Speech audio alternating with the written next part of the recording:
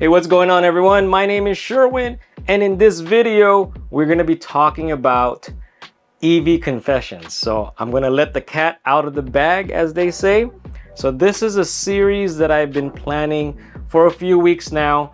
I didn't really know how to go about it, but now I do. I've recorded a couple of episodes already, but basically what EV confessions is pretty much a series about EV owners.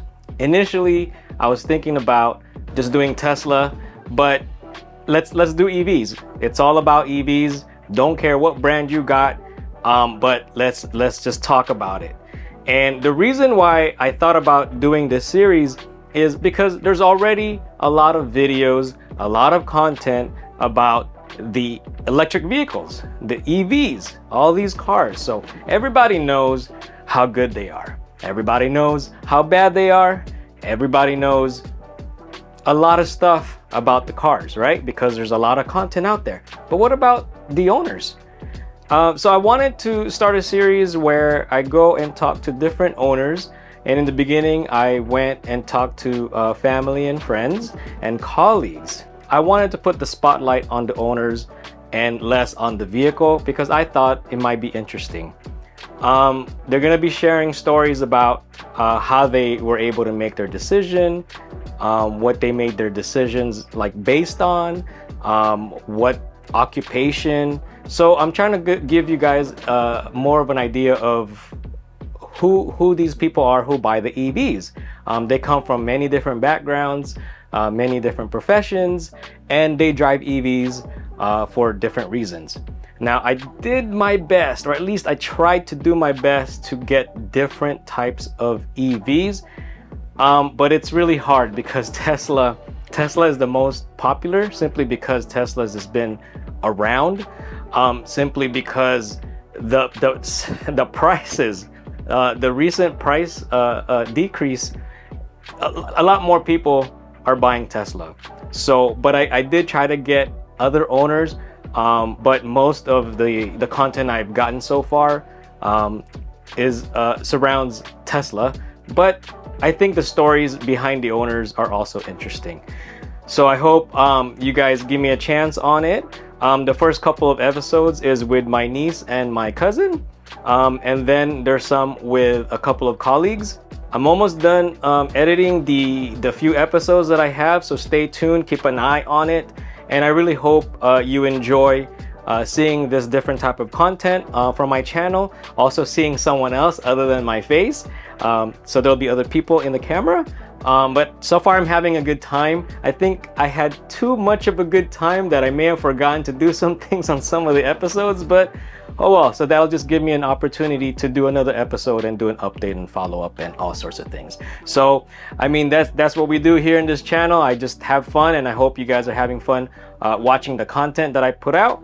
I always like to hear back with your feedback, and I always do take them into consideration. So please do give me some feedback on it. So just stay tuned to that. The other thing too is March 14th, aka Pi Day. If you haven't got an email, and if you have a Tesla, Tesla sent out an email saying that the supercharger rates are going to increase once again. So in this morning I charged and there was no difference, but later on at night when I came home, I went to go do a quick charge and there was the new rates. Now the difference is about 6 to 8 cents per kilowatt hour, and in the favorite station that I go to used to only have 2 different time rates. Like I think it was from 8 a.m. to 8 a.m. right? Yeah, no, 8 a.m. to 12 a.m. Is like a higher price per kilowatt. Can't remember the price. I think it's like 34 cents. And then from 12 a.m. to 8 a.m. is the lowest price at like I think 22 or 24 cents. But now they made it to like 3 different time rates. So it did increase by 6 to 8 cents per kilowatt hour. I've checked other nearby supercharging station and it didn't seem like they were impacted. So it was some supercharging stations. So just be aware of that. The rates have increased, but it's not as bad as gasoline. So keep enjoying those savings. So up next, we have an upcoming video on our Model X getting wrapped. I was teasing about it in a previous video. If you haven't watched it, go check it out. I've also been posting it on my social media accounts. If you haven't been following me on the social medias, I sometimes post there. Also, I post photos on the YouTube channel and everything. So be on the lookout for that. And then finally, we're nearing 400 subscribers. Oh my goodness, I'm excited.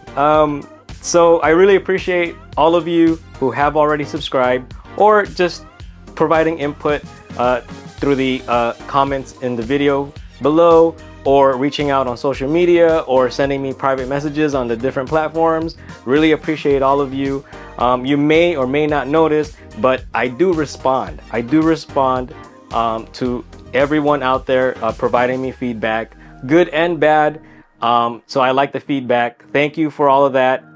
Shout out to all of you guys. So thank you very much. Like for instance, I just want to give a couple of shout outs. So Ricky Barnes, thank you for giving me suggestions on where to get good deals on tires, because I did a what is that called, YouTube, those short video things or whatever, YouTube shorts, about when I found out that the Model Y Performance come in a staggered setup. Didn't even know that. So that was like a few months ago, but he recently commented and we had a little short discussion, and he gave me suggestions on where to look for cheaper tires, because these are expensive tires, right? So thank you for that. So Chevy, to you, shout out to you. Thank you. You and I have been going back and forth. You got jokes on those gremlins. So a few weeks or a few months ago, I was joking about gremlins being in the Model X because there's no explanation as to why it's always something wrong with it. And now in the previous video, there was a weird thing with the Model Y, and he was saying that it looks like the gremlins have moved away from the X and into the Y. So I found that funny. But he also gave me some recommendations on some mud flaps, so I ordered it on Amazon. Shout out to you. Thank you. Good looking out for that.